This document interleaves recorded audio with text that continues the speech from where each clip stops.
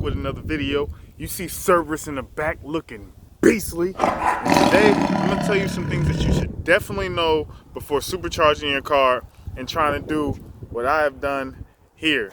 I feel like I should have been made this video, kind of escaped my brain, but I'm making it today, so let's get into it.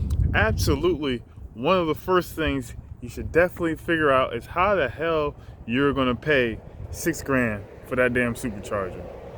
And you don't have to do it all the way all at once. They got companies like Affirm where you could put down I think I put down 4, and then I did monthly payments for the rest. So I paid $4 grand initially. Get in there, Cerberus. I paid $4 grand initially, and then the rest I think I paid like $700 a month, and it didn't take long to pay it off. So that's something you want to consider when you're doing it. You don't have to just save $6 grand completely and then be like, okay, now that I saved up all this money, let me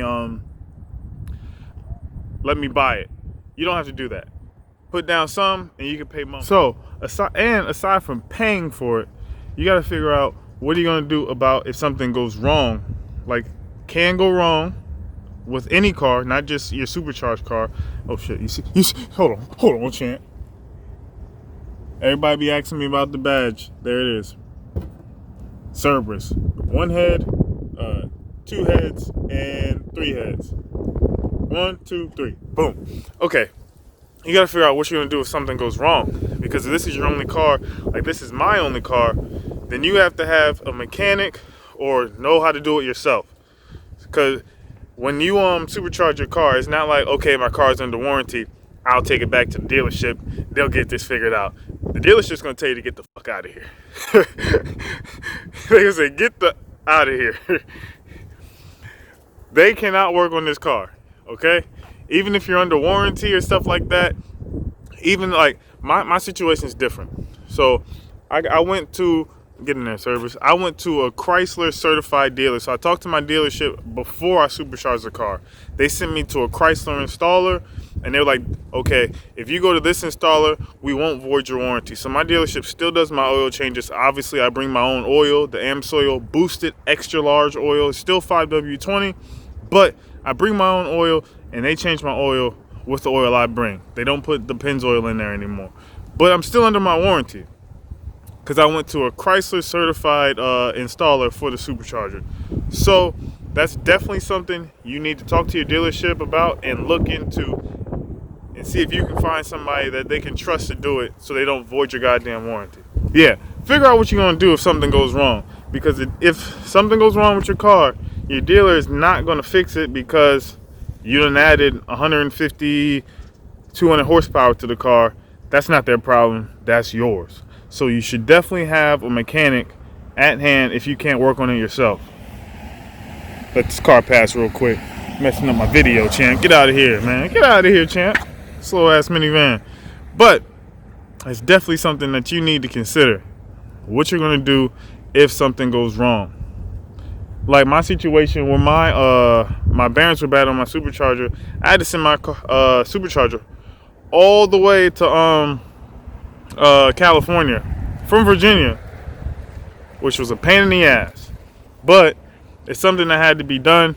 And so this is my only car, so for that whole week or 2 weeks I was driving the Elantra looking embarrassing. Let me get in the car, man, my goddamn hand cold. I was driving the Elantra looking embarrassing with the least horsepower and the least respect. Man, I couldn't get on the highway.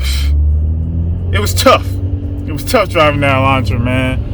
And during that 2 weeks, I really contemplated a lot of things, and I was like, man, it's gotta be Mopar or no car for the rest of my life, because this ain't it, man. This ain't it, man. Once you experience the power, it's hard to go back to that ordinary stuff. So that's definitely something that you need to consider, what you're gonna do if it goes wrong, especially if this is your only car like mine. This is my daily driver. This is my commuter, whatever you want to call it. I drive this car pretty much every day. Give you guys a quick pull. Yeah, so I drive this car pretty much every day. So that's something that you need to consider. Also, something that you need to consider is where are you going to get your car tuned at? And you need to find a tuner that you trust. Like what I did is I had my installer, and then they had a tuner that they normally work with, and they were like, yeah, he's good. So my installer, A1, nothing bad to say about Big Snatch Off-Road in Fredericksburg, but their tuner, trash, complete trash. So if you have a good installer, that's fine, but sometimes it's better to outsearch and look for your own tuner. That's what I should have did initially. I should have found my own tuner.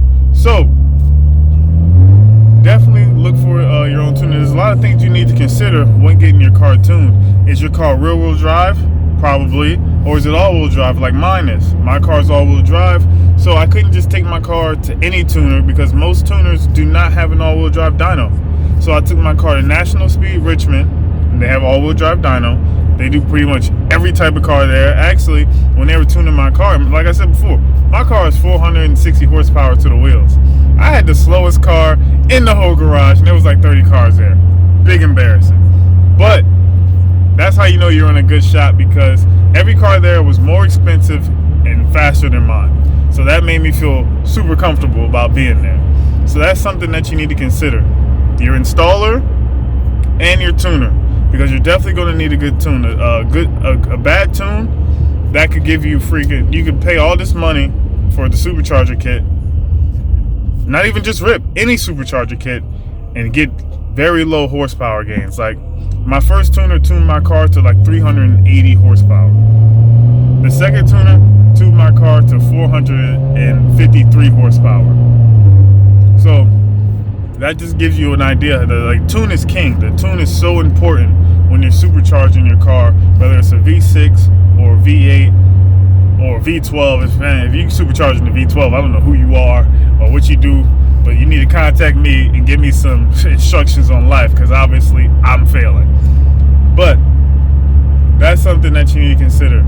Your installer, your tuner, your warranty, because a lot of people, especially if you're supercharging a new car, like I bought this car brand new, like 7 miles on it, 2018. So I bought it 2 years ago. Supercharging a new car, and a lot of these superchargers, especially if you don't talk to your dealer, you get a brand new car, you pay X amount, thousands of dollars for the extended warranty, and then you go supercharge your car and charge your car, mess your whole warranty up. So that's something that you need to consider. Your tuner, your installer, talk to your dealer, communicate with your dealer, because dealers know that these type of cars are going to be modified 9 times out of 10. So communicate with them. Don't be afraid to talk to your dealer before you do something. If they say, man, look, we're going to avoid your warranty if you do that, or maybe they'll work with you. You really got to talk to these people. Don't think of the dealer as some like evil entity that's just out to get you. And normally they are. They definitely out to push something in. Definitely a little pillow screaming going on. So you want to talk to these people before you do anything. I mean, but you don't have to. You could just do it how you want and never take your car back to the dealer. I mean, that's one way of doing it, if you have the money to do something like that. So that's just something that you need to consider. Give you guys a quick pull real quick.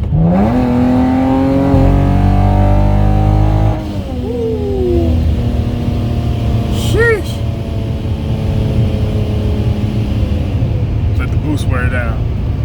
But those are all things that you need to consider off the top of my head.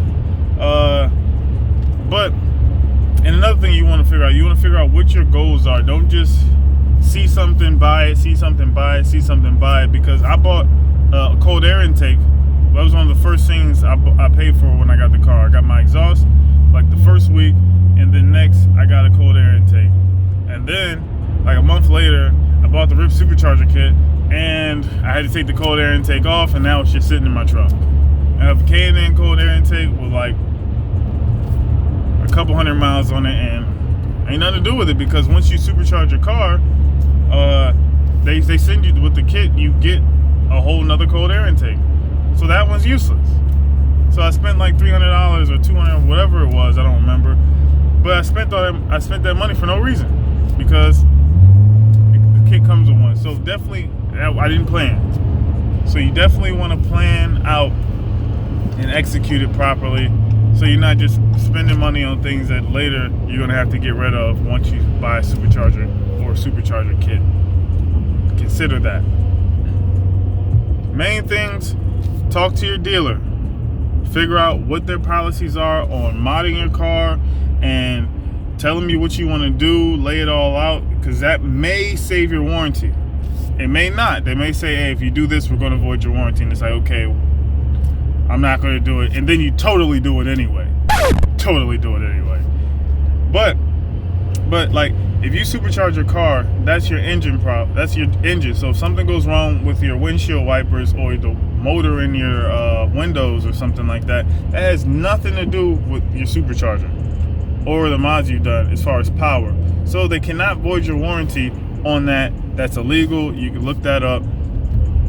Whatever problem that you have, like if your engine blows up, they're not going to cover that because it was based off the mod that you made. But if your engine's fine and your motors go out, or you have a faulty wire in your tail lights or something, they have to fix that because it has nothing to do with the mods you've done. My dealership actually loves my car.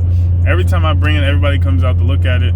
One day I'm gonna get that on video for you guys, because everyone always comes out. They always want me to rev it and look at the engine, all that stuff. So definitely consider that. So first, talk to your dealer and see what their policies are, and if they're a mod-friendly dealership or not a mod-friendly dealership, because the dealership I actually got the car from probably wouldn't be okay. The dealership that I go to now is fine. They're both Dodge Chrysler dealers, and they're just different people, I guess.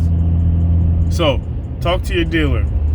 Find a good installer that you can trust, and even more importantly than the installer, because the install is not that hard, find a good tuner.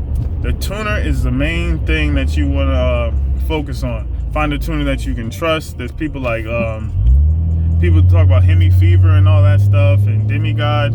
I heard Demigod is really good. So a lot of people can do it online, but me personally, I wanted my car to be on a dyno, and I want to talk to a tuner face to face so we can work this out, because I'm not going to get some online tune, install it myself, and then it's jacked up. That's just me. I wanted a face-to-face interaction. I wanted my car on a dyno so I could see what was what it was putting down, and all that stuff. I feel like that's a better traditional way to me in my head. So that's something to consider. So dealers, installers, tuners, and money. Money's a big thing. So if you can't pay for it straight up, it's no shame in paying for it monthly or putting it on a credit card, even something like that, just to save yourself some money, and don't put yourself in a situation that you don't think you can get out of, trying to keep up and chase the biggest horsepower number. So those are the few things that I think you should focus on for before you supercharge your car. I'm gonna park. We're gonna wrap this video up. One last thing that I want you guys to consider before supercharging your car. Well, this is not really before supercharging your car, it's more like after supercharging your car. Don't think you're just gonna smoke every car on the road. Don't think just because you got the supercharger, now you're gonna smoke every scat pack or 392, because there's been times I beat scat packs, there's been times I've lost the scat packs. It all has to do with the weather, the time of day, what's your boost running. There's a whole bunch of different variables that go in to the performance of the car. Also, but RTs, you're gonna fuck them up probably. You're gonna fuck an RT up 10 times out of 10, 9.5 times out of 10. Like, it's especially a stock one. So that's just something to consider. Don't think you're just gonna beat everything on the road just because you got a supercharge. Sometimes the car will pull really hard, sometimes it won't. That's just something that you need to consider. I just figured I would throw that in the pot so you guys can know. Like, sometimes I hit the gas, I'm like, God damn, what is going on?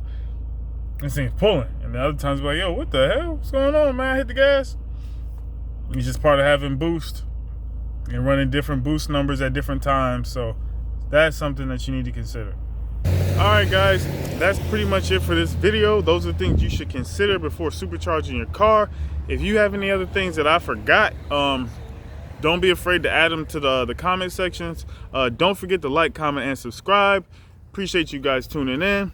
me and service out. Left wrist for the diamonds, right wrist for the power moves. Left wrist for the diamonds, right wrist for the power moves. Power moves, power moves. Rocked up, yabba dabba do.